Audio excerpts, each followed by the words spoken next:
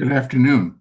This is the Elliott Wave weekly update for the Dow Jones 30, being recorded on Sunday, April the 27th at 1:20 p.m. Pacific Daylight Time. I'm going to start here on the daily chart, and I'm on the cash, the Dow Jones cash.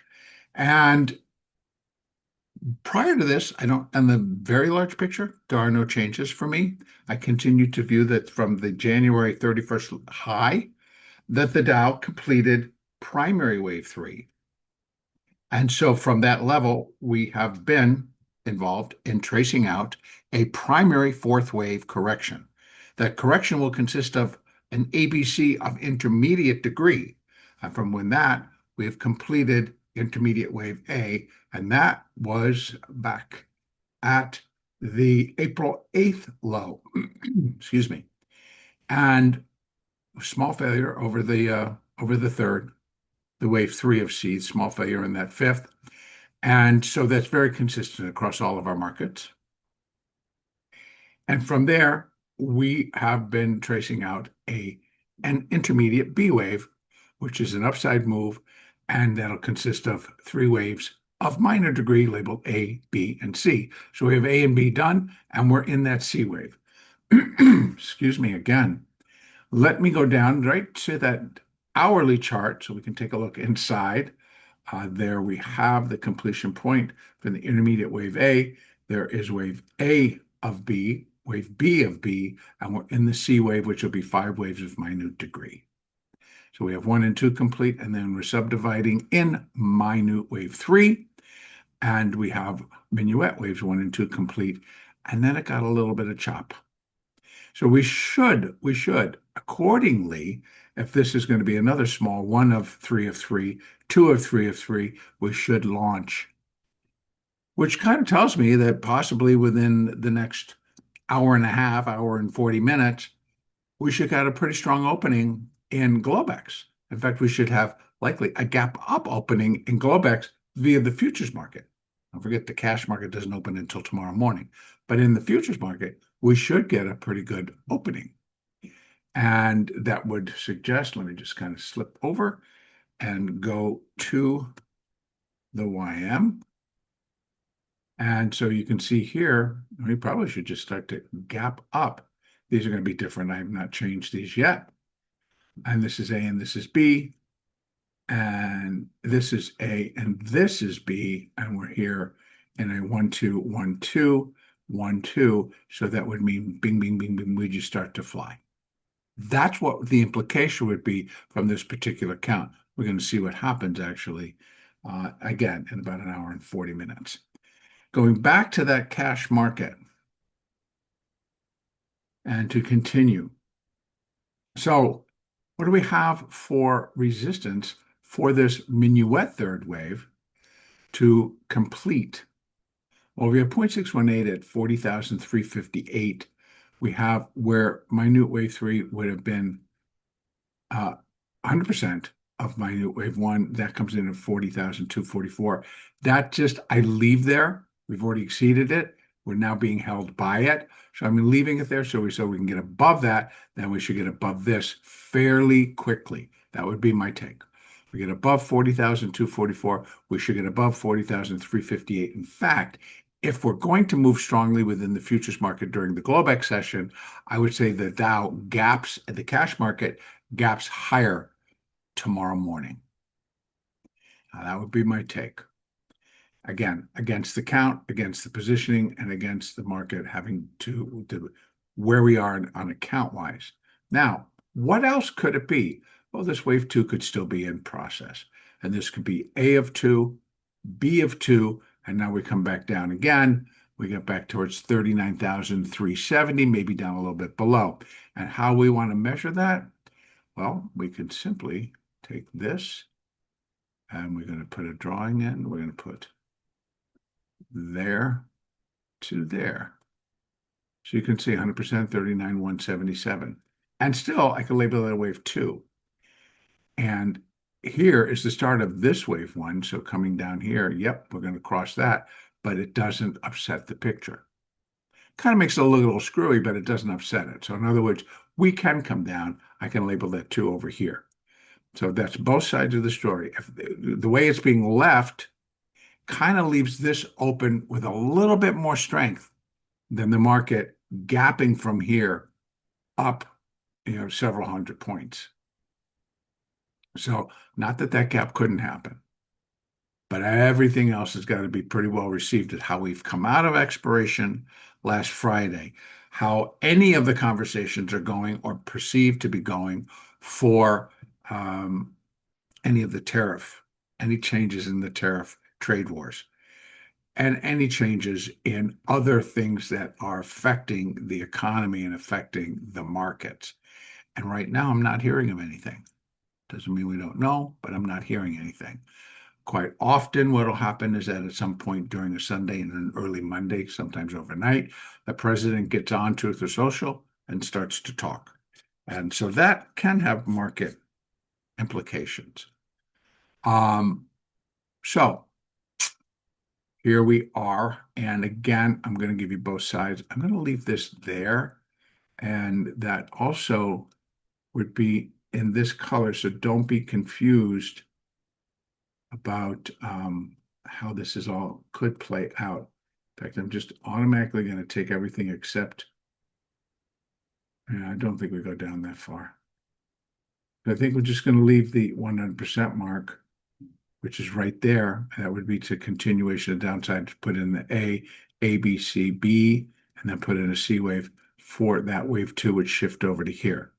And then still we'd get our rally back up. Now, so in essence, these levels would change if this move happens first.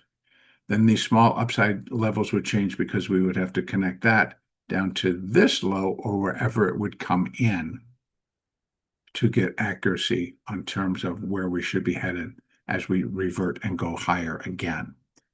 So I still believe that we still have additional upside to complete. Cycle-wise, as I've mentioned in the NASDAQ and in the S&P weekly updates this week, we're looking for the market to go higher at least through Wednesday, which is April the 30th. Also, that's the last of the month. That's the last of the monthly. So we get a monthly expiration.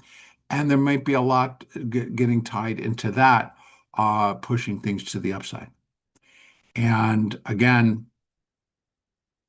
with zero DTEs, with the ETFs and everything else that's out there, it does put a lot, not pressure, but a lot goes into what happens on that day as positions expire, as positions get rolled, etc.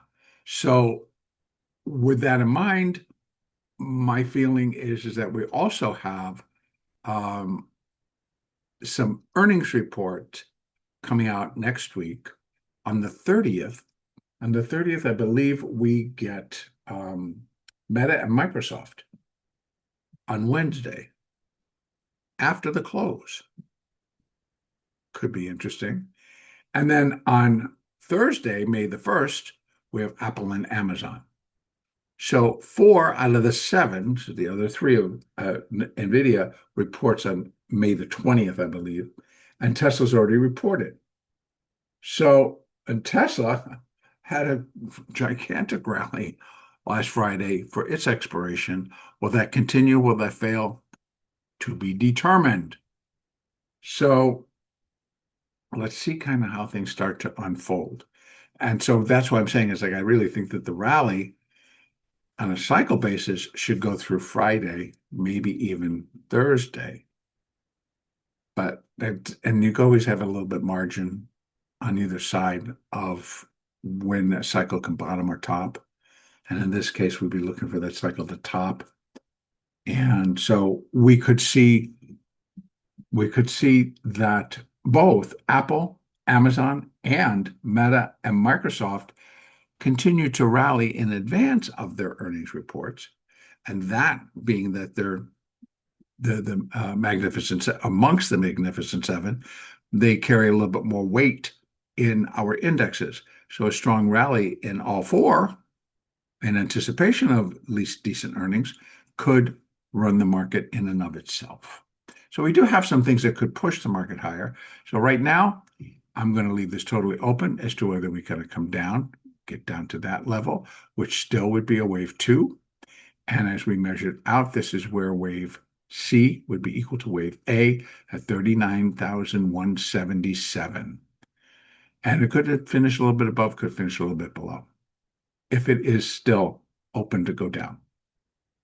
Otherwise, if we pick up the rally from here, like I said, I'm kind of feeling that the market is likely going to gap,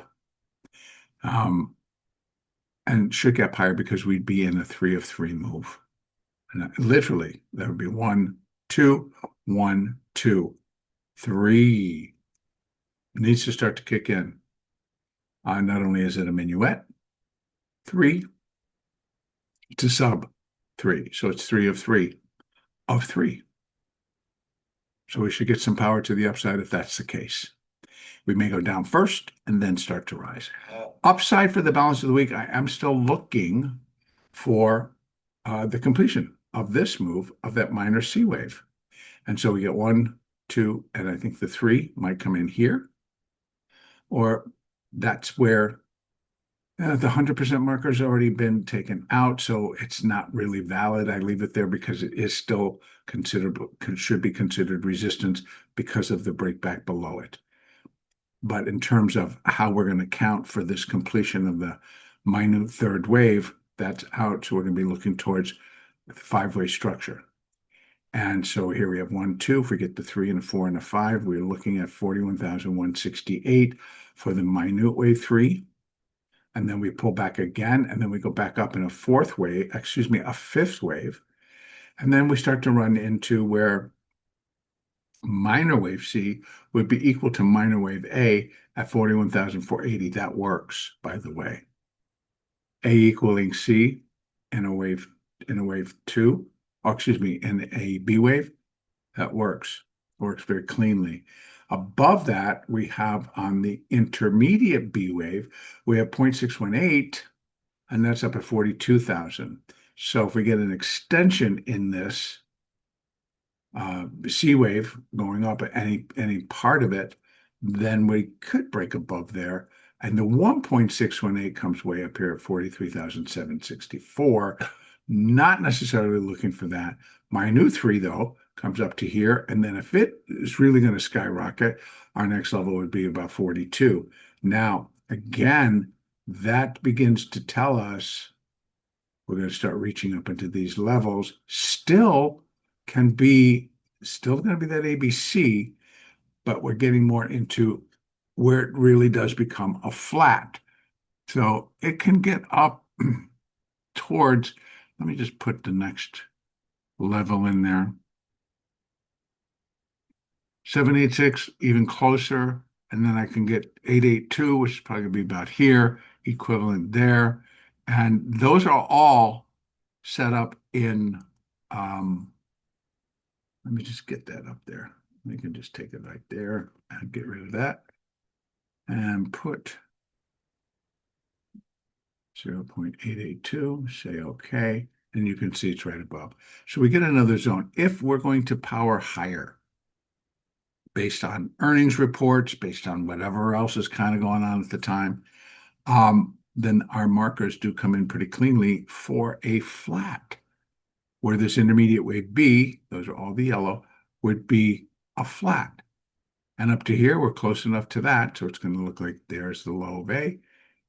Here's the low starting of the B wave, and there would be the finish of the B wave, fairly flat in terms, and then the C wave would be expected to bring us back down, probably just to below that low. But then we're out more in alignment with this fourth wave. And not that I would be expecting the primary fourth wave to come in and find its terminus at the low of the minor fourth wave, but very possible. And again, that's coming all the way from up here, and then we're going to come down in a C wave, which I'm already believing that because we're fooling around here, that it could be fairly dynamic, actually. It could be fairly dynamic. So this is the 4-hour chart. Kind of cleans it up a little bit, give us a little bit more room. So we got the A, the B, the C, intermediate wave A. We've got intermediate wave B. There's the minor A, the minor B coming up in that C wave. I think that 100% is here, where minor C equals minor A here. That actually, this would have to change somehow for me, and we'd have to get that clearer that it would be 5 up, but it could come into play. It could. I'm not saying it wouldn't, but again, the way this is unfolding tells me something a little bit different. So again, we'll see how follow through kind of comes in and what's going to prompt it. Other than that, once we break that, then we're up here, where I think that C wave could reach 1.618 at 43,764. Again, if it's going to be supported by earnings, it's going to be supported with other, maybe some good news on the tariff front and the trade wars, or if there's just going to be solid earnings reports from this 4 out of the Mag 7. That could be a good base in which to run from. And I know and then because the last one then would be NVIDIA, and that comes on May the 20th. So we could run, if we get positive news on the tariff front, particularly the ones that NVIDIA is worried about, producing 5.5 billion in taxes that NVIDIA would have to pay to ship their chips to China. That could, if we get any news on that, that's going to bolster NVIDIA, and that will, all the markets will go all along with it. And NVIDIA is in the Dow. So, and Microsoft is in the Dow. Apple is in the Dow. So we got some big boys sitting in the Dow waiting to see where we're going to go.